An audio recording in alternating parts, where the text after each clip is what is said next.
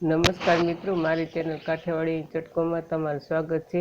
આજે આપણે બનાવીશું બહાર જેવો છૂટો અને દાણેદાર ચટપટો પુલાવ, અને તે પણ આપણે 5 થી 7 મિનિટમાં જ બનાવશું।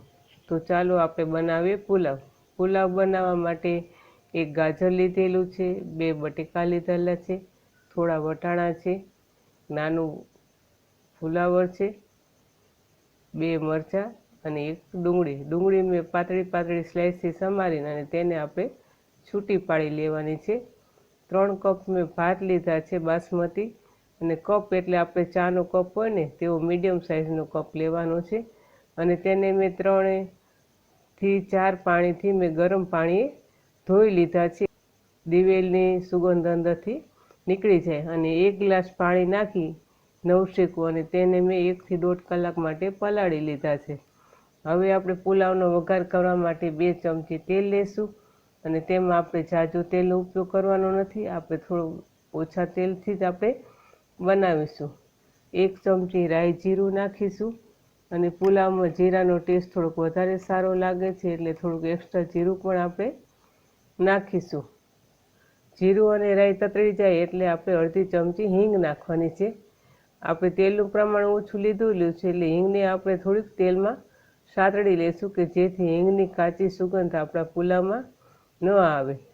આ બધી વસ્તુઓનો વઘાર થઈ ગયા પછી આપણે 8 થી 10 લીમડાના પાન, 2 મરચાં, 4 લવિંગ અને 1 તજનો ટુકડો, બધી વસ્તુને આપણે તેલમાં થોડીવાર ચડવા દેશું, અને તેની સુગંધ આવી જાય પછી આપણે બધા શાકભાજી નાખવાના છે। ભાતને મેં ગરમ પાણીથી ધોઈ અને 1 થી 1.5 કલાક માટે પલાળેલા છે। જો આપણી પાસે થોડોક ટાઈમ વધારે હોય તો ભાતને આપણે થોડોક ટાઈમ વધારે પલાળશું તો પુલાવ આપણે એકદમ છૂટો બનશે। શાકભાજી નાખીને આપણે 2 થી 3 મિનિટ આપણે તેલમાં સાતળી લેવાના છે। હવે સતળાઈ ગયા પછી આપણે મસાલા કરી લેશું। સ્વાદ મુજબ મીઠું, અડધી ચમચી હળદર, અડધી ચમચી ગરમ મસાલો, 1 ચમચી લાલ મરચું, અને 1 ચમચી ધાણા જીરું। મસાલા આપણે આપણા ટેસ્ટ પ્રમાણે કરવા। મસાલા થઈ ગયા પછી શાકભાજીને આપણે તેલમાં 2 થી 3 મિનિટ માટે સાતળી લેશું। મીઠાનો ટેસ્ટ અંદર શાકભાજીમાં સરસ ચડી જાય અને શાકભાજી આપણે ટેસ્ટી લાગે।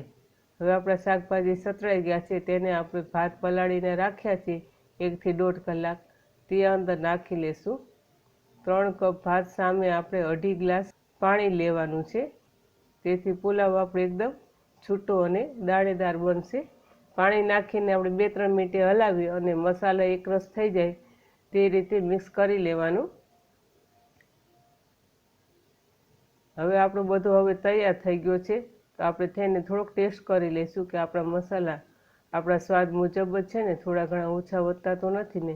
તો આપણે થોડું મીઠું ઓછું લાગેલું છે તો મેં નાખ્યું છે, અને થોડો ગરમ મસાલાનું પ્રમાણ થોડુંક આપણે વધારે રાખવાનું એટલે પુલાવ આપણો ટેસ્ટી થશે।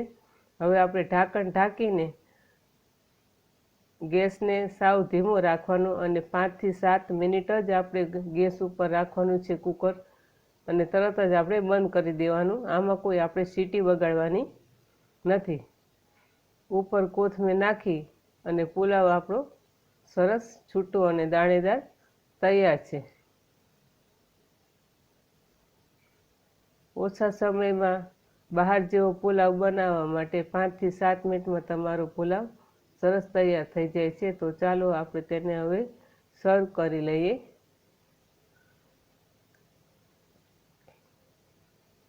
જો તમને મારો વિડીયો ગમ્યો હોય તો મારી ચેનલને લાઈક, શેર અને સબસ્ક્રાઈબ કરજો, અને તમારા ગ્રુપમાં શેર કરજો। મારો વિડીયો જોવા બદલ ખૂબ ખૂબ આભાર।